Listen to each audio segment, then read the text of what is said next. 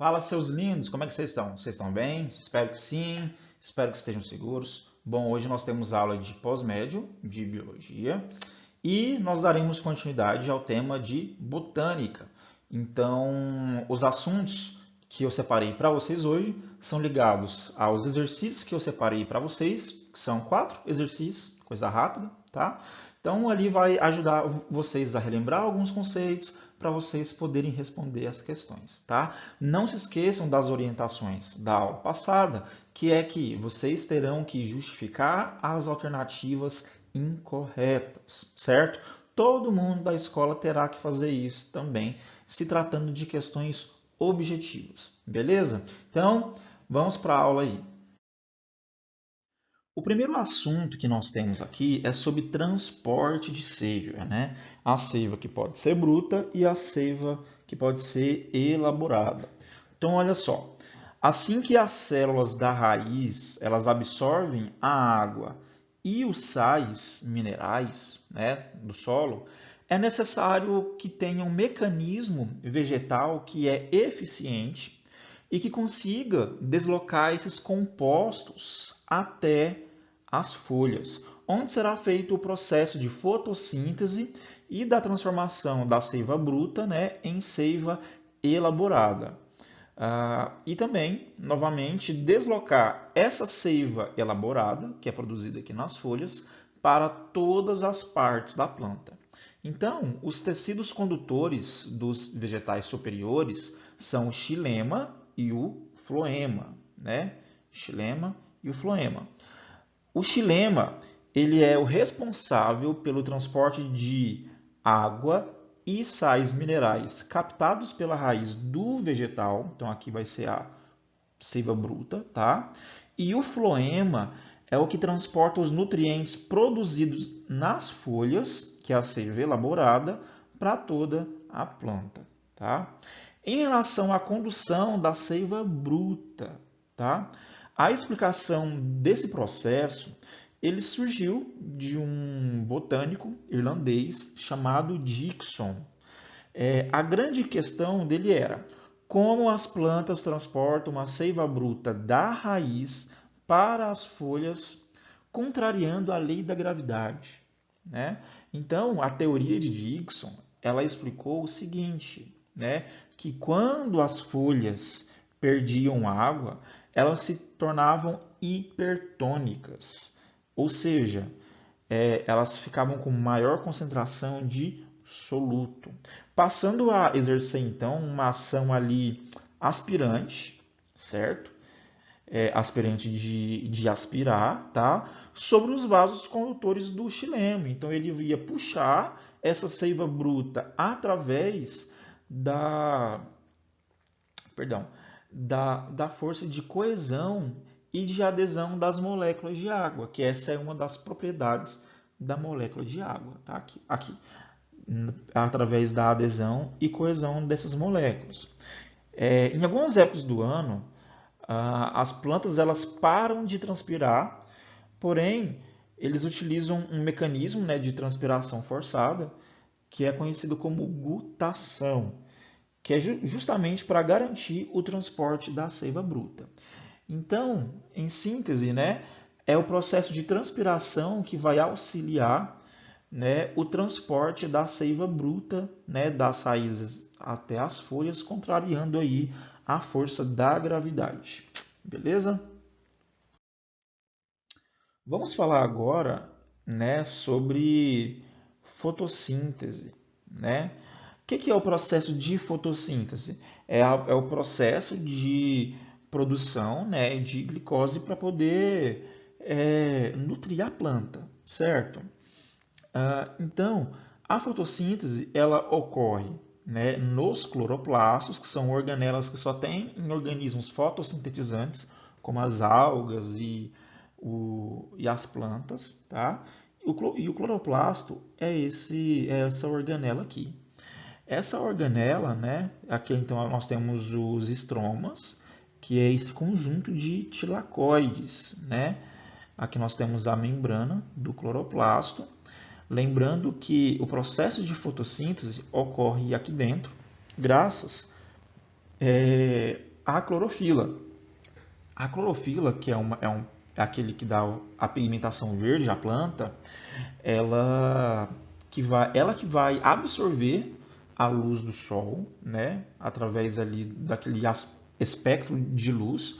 Então é esse pigmento que vai absorver parte da luz que é emitida aqui na folha, por exemplo, e vai utilizar essa energia da luz para ocorrer todo o processo aqui da fotossíntese.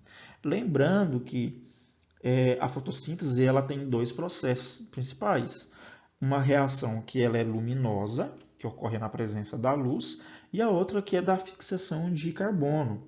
Então, olha só, inicialmente ocorre a absorção da energia luminosa pelas moléculas de pigmentos, que na maior parte das vezes é a clorofila, mas ele tem outros carotenoides também, e eles estão presentes onde? Nos tilacoides. Esses tilacoides são unidades de fotossistemas. Tá? Na reação luminosa, né, vai ter aquela etapa que entra no fotossistema 2, né, que aí depois tem a fotólise da água, que é o que? A quebra da molécula de água através da luz, né, que vai liberar elétrons. Esses elétrons passam para o fotossistema 1, né, ao longo da cadeia transportadora de elétrons, que a gente chama de fotofosforilação, que é o processo de...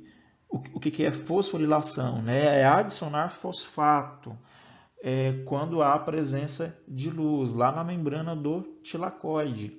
Então é o momento que ele vai estocar e produzir energia em forma de ATP. Depois dessa reação luminosa, vai ter a reação de fixação do carbono, que vai ocorrer nos estromas, certo? Que vai utilizar esse ATP e esse NADPH também, desse processo da reação luminosa, vai passar por aquele famoso ciclo de Calvin. O gás carbônico vai entrar no ciclo para se combinar, né, com algumas substâncias lá para poder fazer essa transformação das moléculas, certo? E o carbono, então, ele vai ser fixado e convertido depois em sacarose ou amido. Lembrando que amido é aquele carboidrato de reserva dos vegetais. E a sacarose também. Então, lembrando aqui, então, que é a clorofila, né, e os carotenoides que vão absorver a luz do sol, a energia da luz do sol, para realizar a fotossíntese. Tá? No exercício, ele vai comentar alguma coisa sobre nanotubos de carbono, que vai aumentar a absorção dessa luz para aumentar a eficiência fotossintética. Então, esses nanotubos de carbono, ele vai fazer algo parecido, que é com a função do tilacoide, que é funcionar como uma antena para captar a luz do sol. Beleza? Vamos falar aqui agora de polinização. Qual que é a importância da polinização? Né? É a polinização que vai garantir a fecundação e, consequentemente, a produção de frutos e semente nas plantas superiores, né? Que no caso seriam nas gimnospermas e angiospermas. Tá? Assim, então, né? Ele é caracterizado como um serviço ambiental, a polinização, que vai permitir o quê? A manutenção da biodiversidade. Tá? Além disso, também essa polinização ela vai garantir a produção de alimentos. Sem essa polinização, muitos frutos e sementes eles nem existiriam, né? Comprometendo aí os seres vivos que iam utilizar como fonte de alimento. Um exemplo, para vocês terem uma ideia, é que 1/3 das plantas cultivadas pelo homem dependem da polinização por animais para se reproduzirem e produzirem os frutos. Então, a polinização ela é extremamente importante. Nós temos os agentes polinizadores abióticos. Lembra que A é partícula de negação, tem a ver que não... Aliás, A é uma partícula de negação, então tem a ver que não está relacionado à vida. Quais seriam esses agentes? O vento, a chuva e a gravidade. E os agentes polinizadores bióticos? Está relacionado aí com seres vivos. Quais são os principais, né? As abelhas, vespas, borboletas, pássaros, pequenos mamíferos e morcegos. Nós temos aqui a classificação quanto ao tipo de polinização, que depende de quem? Do polinizador. Esses são os principais, tá?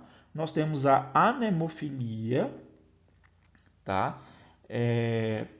Filia tem a ver com afinidade e anemo vem de ar, ou seja, com o vento. Então é quando a polinização ocorre através do vento.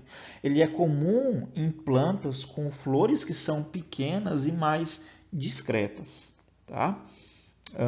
Ele é comum, aliás, as flores, né, elas possuem filetes mais longos e eles são mais flexíveis, que vão facilmente aí oscilar com o vento, tá? E como pode ter muita perda de pólen pelo vento, a planta ela compensa isso, fazendo o quê? Aumentando o número de estames para aumentar a produção de grãos de pólen. Então aí uma informação importante sobre a anemofilia. Temos a hidrofilia, né, que é a polinização através da água. Então isso vai acontecer especialmente com plantas aquáticas, certo? Então os grãos de pólen eles vão boiar pela água e essa água vai transportar os grãos de pólen de uma planta para outra. Entomofilia se refere à polinização feita por insetos. Entomo vem de entomologia, né, de insetos. Temos aí então os principais, por exemplo, as abelhas e vespas e as borboletas. Temos a ornitofilia, que é a polinização pelas aves, tá? E a quiropterofilia, que é através de morcegos. Quiróptero vem de morcego, tá bom? Aí aqui só para poder ilustrar, tem também dois tipos de polinização. A autopolinização, que é quando ela se autopoliniza, né? Ela não troca com outras plantas. Aqui acontece muito quando, por exemplo, é por anemofilia, né? Que o vento vai e derruba, ou então a gravidade, né? Como eu falei aqui, os pólens eles caem da parte masculina e entra aqui na parte feminina. Ou pode ser polinização cruzada, quando os grãos de pólen vai de uma planta a outra através desses agentes aqui, tá? Aqui para vocês terem uma ideia, como fica uma abelha depois que ela vai lá sugar o néctar, né, para ela produzir o mel. Tá vendo só que os grãos de pólen elas grudam no pelo dos animais, né? É isso que normalmente acontece com os insetos, né? Ele é cheio de pelinho pelo corpo. Os grãos de pólen ele tem essa característica meio grudenta, então ele vai grudar em todo grão de pólen.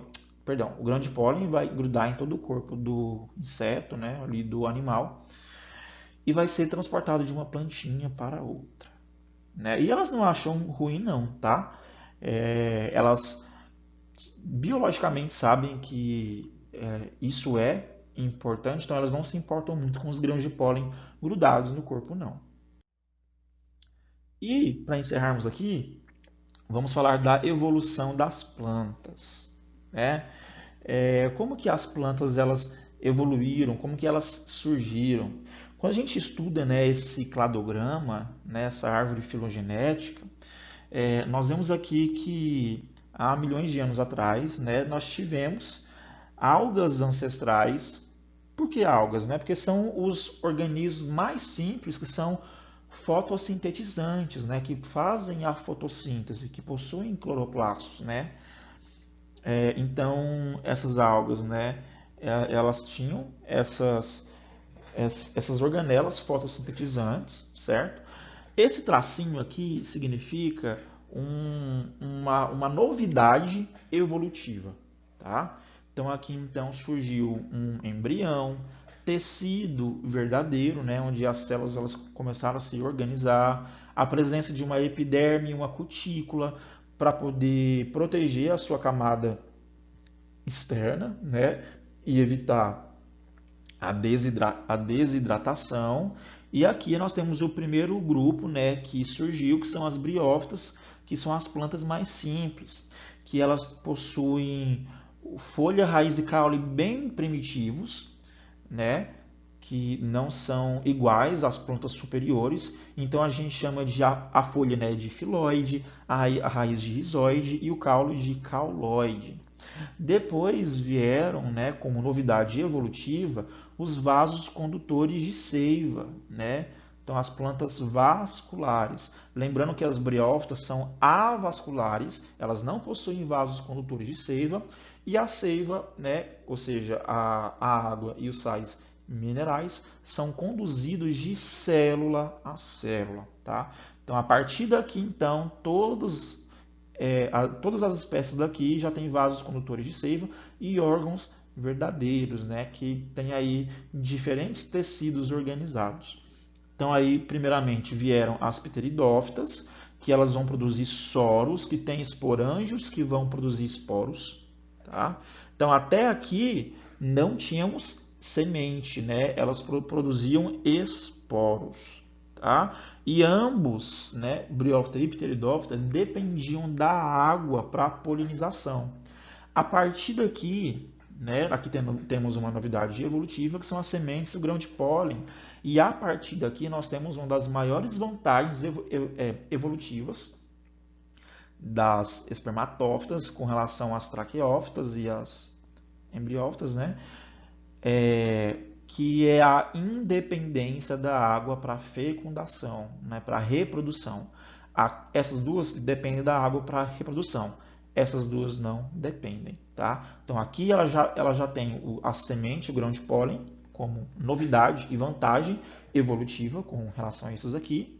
Aqui as gimnospermas, né, ela tem a produção de semente através de cones, ela não forma flores. E nas angiospermas surgiu ali depois as flores e os frutos para proteger as sementes. Gimnosperma produz semente, mas as sementes são desprotegidas. Aqui nas angiospermas as sementes são protegidas por frutos. Beleza? Então, essas foram as informações da aula de hoje, né, sobre botânica aí. Espero que tenha ajudado vocês a responderem as questões. Lembre-se de justificar as alternativas incorretas, ok? Que isso será cobrado para validar a sua atividade, para eu dar o ok lá. Lembrando que as notas de vocês estão sendo feitas pela frequência e por atividade feita ou não, ou se foi feita de forma incompleta, perdão. Beleza? Então, qualquer dúvida que vocês tiverem, estou à disposição no grupo do WhatsApp e a gente se fala na próxima aula. Então, um abraço e até a próxima.